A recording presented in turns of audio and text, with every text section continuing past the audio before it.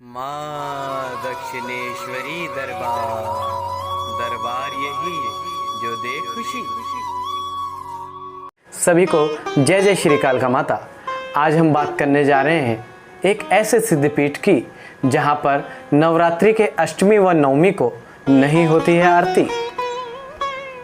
वहां भगवान शिव को किसी मनुष्य ने नहीं बल्कि भगवान शिव खुद हुए हैं विराजमान।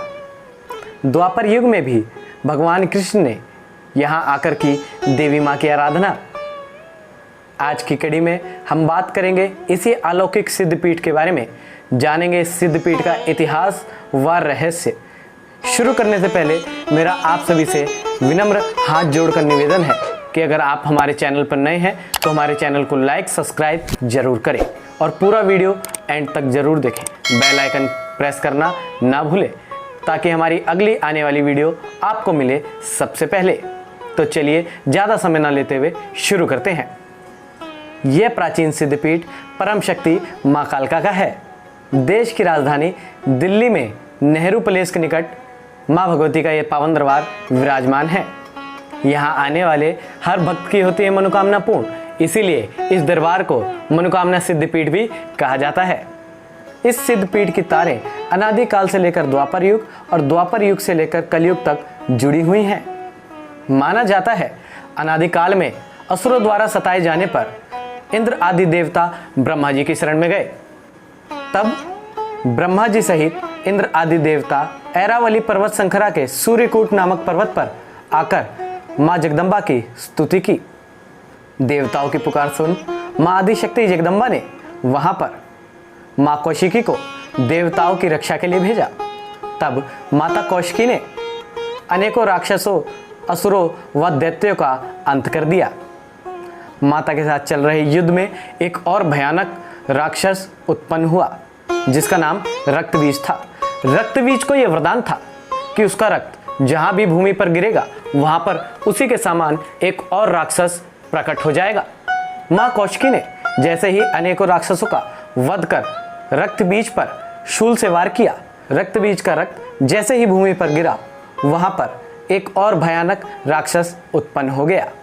यह देख माँ कौशिकी ने याचना पूर्वक आदिशक्ति जगत जननी जगदम्बा की ओर निहारा। तब जगत जननी जगदम्बा ने क्रोधवश भरकर अपनी त्रिकुटी से महाकाली को प्रकट किया और महाकाली को यह कहा कि हे देवी, तुम शीघ्र ही इस दानव का वध कर दो। ध्यान रहे इसका एक रक्त भी बूंद भूमि पर नहीं गिरना चाहिए। यह सुन माँ काली अत्यंत क्रोध से भर गई। माँ के एक हाथ में खड्ग और एक हाथ में खप्पर था। माता ने रणभूमि में छलांग लगाई। वह एक ही वार में रक्तबीज का सर धड़ से अलग कर डाला। वह उसके धड़ व सर से निकलने वाला रक्त माता ने खप्पर में भर लिया और उसके रक्त का पान कर गई। माता ने रक्तबीज का एक बूंद भी रक्त भूमि पर नहीं गिरने दिया। इस तरह महाकाली ने रक्तबीज का अंत किया और देवताओं को यह वरदान दिया, इस ऐरावली पर्वत शंखरा के जिस सूर्यकोट नामक पर्वत पर आप सभी देवताओं ने मेरी स्तुति की है, मैं इस स्थान पर सदैव वास करूंगी और इस स्थान पर जो भक्त मुझे भक्ति पूर्वक सच्चे मन से पुकारेगा, मैं उसकी पुकार सुन उसके सारे कष्ट दूर कर दूंगी और उसकी मनोकामना पूर्ण करूंगी। और महाकाली का रूप लेकर जो मैंने रक्तबीज का अंत किया है, इस कारण मैं कालका देवी के नाम से प्रसिद्ध होंगी। यहाँ सभी भक्तों की मनोकामना पूर्ण होगी, इसलिए इसे मनोकामना सिद्धपीठ भी कहा जाएगा। युग बीता, द्वापर युग आया। जब इंद्रप्रस्थ की स्थापना होनी थी उस समय एक और मायावी राक्षस ने पूरे इंद्रप्रस्थ को तहस नहस व खंड खंड कर दिया था। उस समय यह पर्वत उस मायावी राक्षस के माया से अछूता रह गया था और यह स्थान सुरक्षित रह गया था। यह देख पांडवों को बहुत आश्चर्य हुआ। अर्जुन ने श्री कृष्ण से कहा, हे प्रभु, यहाँ पर ऐसी कौन सी शक्ति विराजमान है जिस कारण यह क्षेत्र सुरक्षित बच गया। तब भगवान श्री कृष्ण ने मुस्कुराते हुए उत्तर दिया कि हे पार्थ, यहाँ पर आदि शक्ति जगत जननी माँ जगदम्बा माँ कालका के रूप में निवास करती है। हमें भी चलकर वहाँ पर माँ कालका की पूजा करनी चाहिए। तब पांडवों सहित भगवान कृष्ण ने भी स्वयं यहाँ आकर माँ भगवती की पूजा अर्चना की। पांडवों की पूजा से माता प्रसन्न होकर पांडवों को विजय प्राप्ति का वरदान दिया। जब पांडव युद्ध में विजय हो गए तो वह पुनः आकर माँ कालिका की स्तुति की और माता का धन्यवाद किया। काल का पहिया एक बार फिर अपनी तेज गति से घूमा। 15वीं व 16वीं शताब्दी के बीच बाबा बालकनाथ जी ने इस स्थान को अपनी तपोभूमि के रूप में चुना और यहाँ पर तप करने लग गए।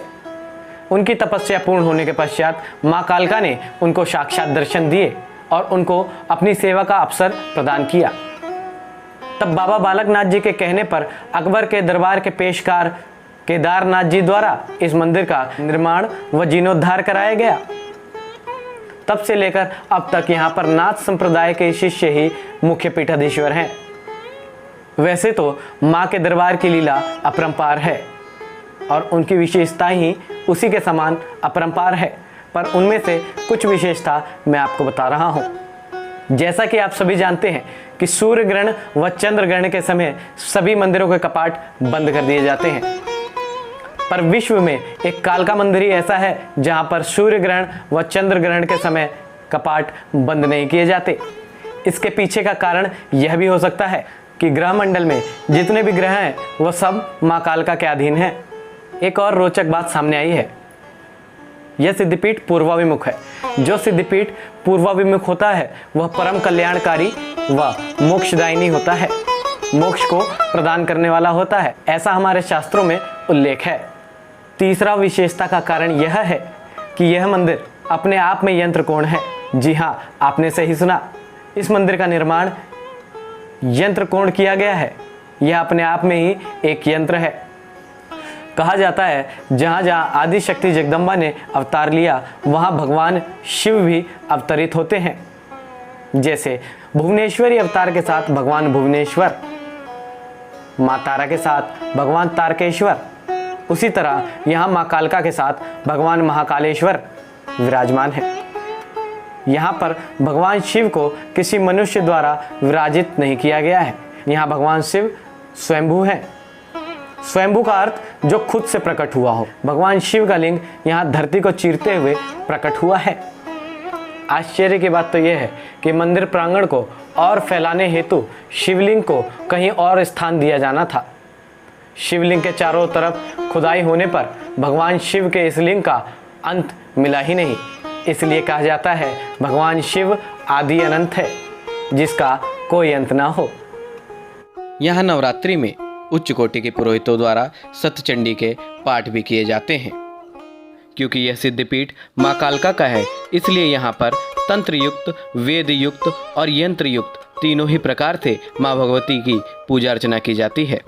नवरात्रि में विश्व प्रसिद्ध भजन गायकों द्वारा माता के जगराते भी किए जाते हैं।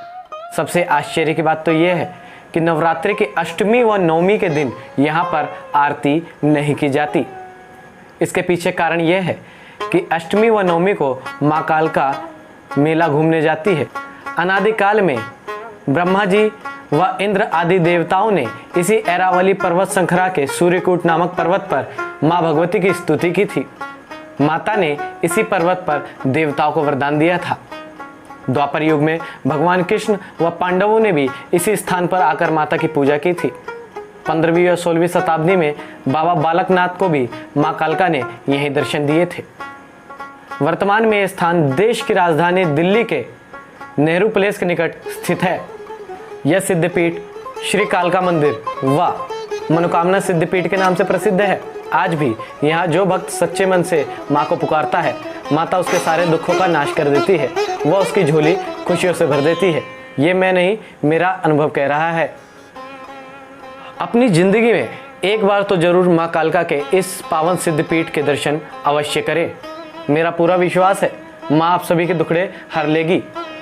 माँ के दरबार से आज तक कोई निराश नहीं लौटा है। दिल्ली के किसी भी रेलवे स्टेशन उतरने पर आपको वहाँ से कालिका मंदिर के लिए मेट्रो, बस व टैक्सी की सुविधा उपलब्ध हो जाएगी। आज के लिए बस इतना ही। मिलते हैं अगली वीडियो में। जब तक के लिए जय जय श्री कालिका माता। माँ भगवती आप सभी का कल्याण करे।